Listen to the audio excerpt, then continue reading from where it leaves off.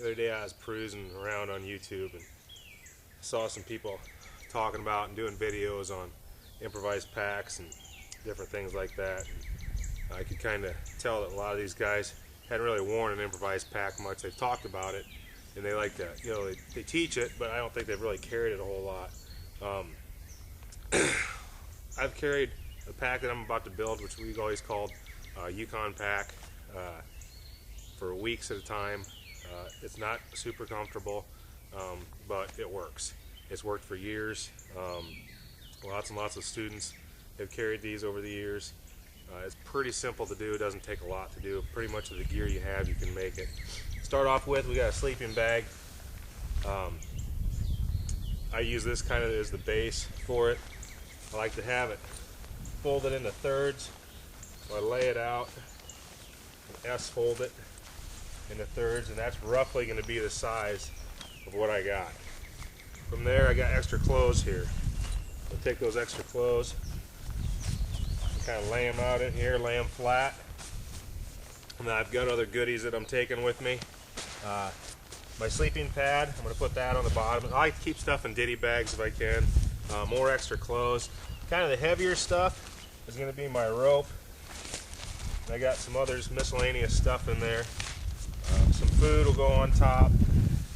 I want my first aid kit, my tarp, and some cordage on top. Then I kind of like to fold that over like that.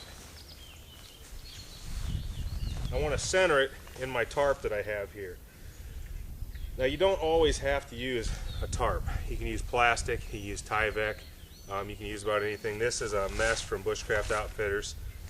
Works perfect. Poncho works great. That's what we used for many, many years as ponchos. I've got 8 pieces of 550 cord. They're about 6 foot long.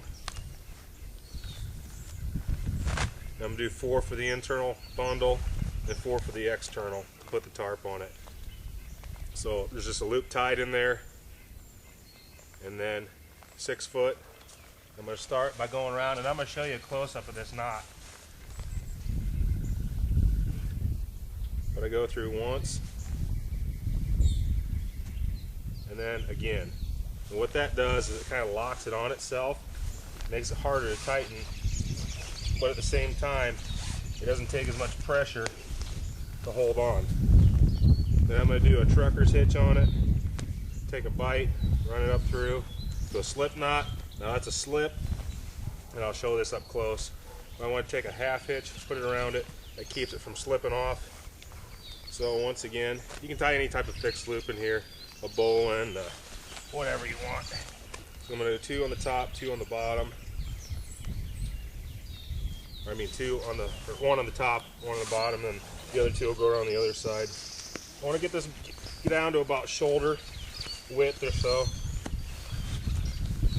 And you can use a Canadian jam for this too.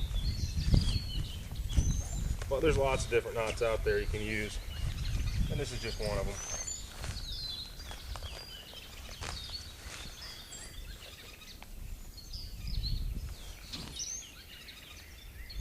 Once, twice. Just keep everything from squirting out. It doesn't have to be super duper tight because you got to put the tarp on yet.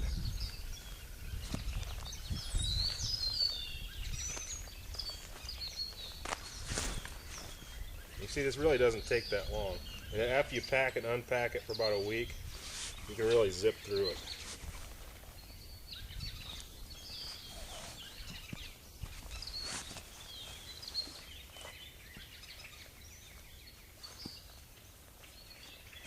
Now that's a pretty compact little bundle right there.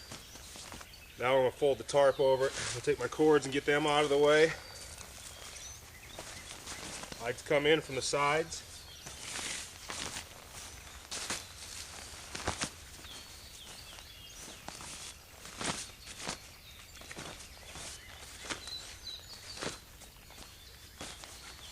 I'm going to take my bottom, kind of fold it in and up.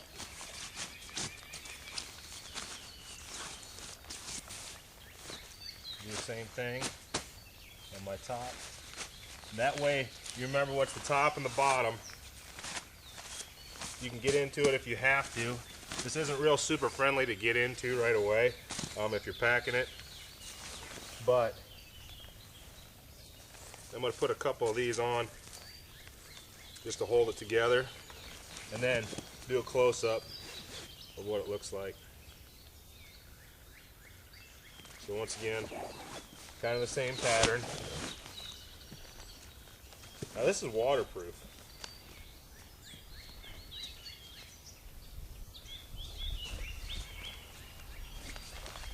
And I've been in rainstorms with these before, and they work just fine. Fold that under there. I got bowlines. Some of these I have bowlines tied. Some of them I have like an overhand loop on them.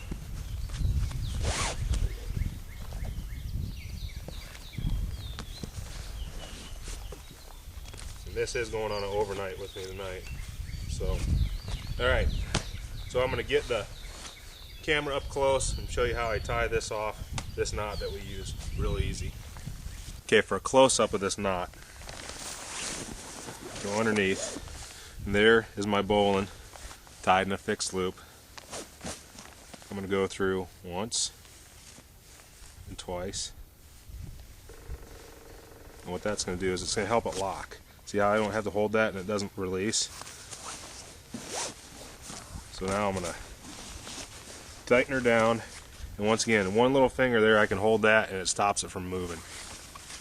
From here, I'm going to take a bite of my material, or my line, come through, and then come through again. So that's a bite. It leaves a little loop there. Well, that's my slip knot. Okay, I can pull on that and it slips. It'll untie easy. Now, if you don't want that to untie easy and you don't want it to slip, you just take and make a turn in your line, and it puts a half hitch around it. Now that keeps that from coming undone. Alright, so once again,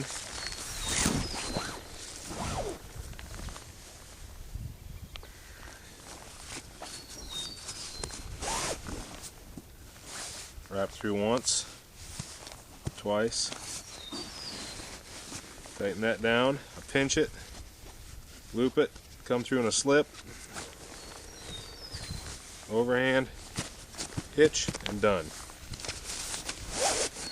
Alright, now what I'm going to use to carry this is called an Alaskan pack strap.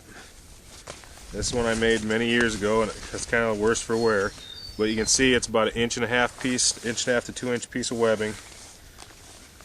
It's just folded and sewed, and then there's 2 loops put in it. And then the straps come up and these go over your shoulders. This is on your chest. And there's 2 long lines. Alright? And these lines come on daisy chain, of course, and go over the pack. So what I'm going to do is daisy chain them. And this is going to be the outside of my pack, and this was the head right here. So I'll lay this out. What I like to do is run these long lines through here, and then they'll go underneath the load.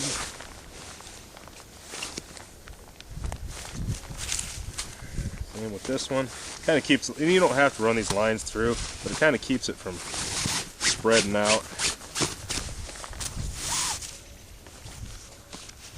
And then I'll show you how this thing works. This looks pretty awkward at first, and it's a little bit difficult to get used to, but once you learn how to do it, it's not a big deal.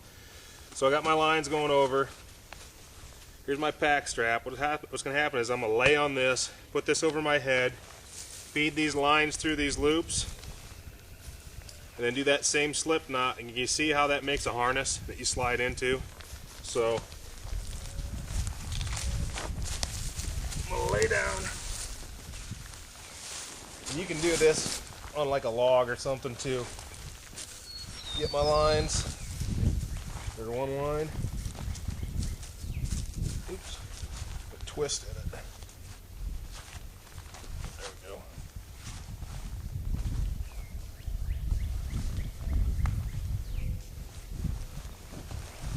We'll tighten that down. Put a slip knot in it. find my other line somewhere. There we go. So it goes through here.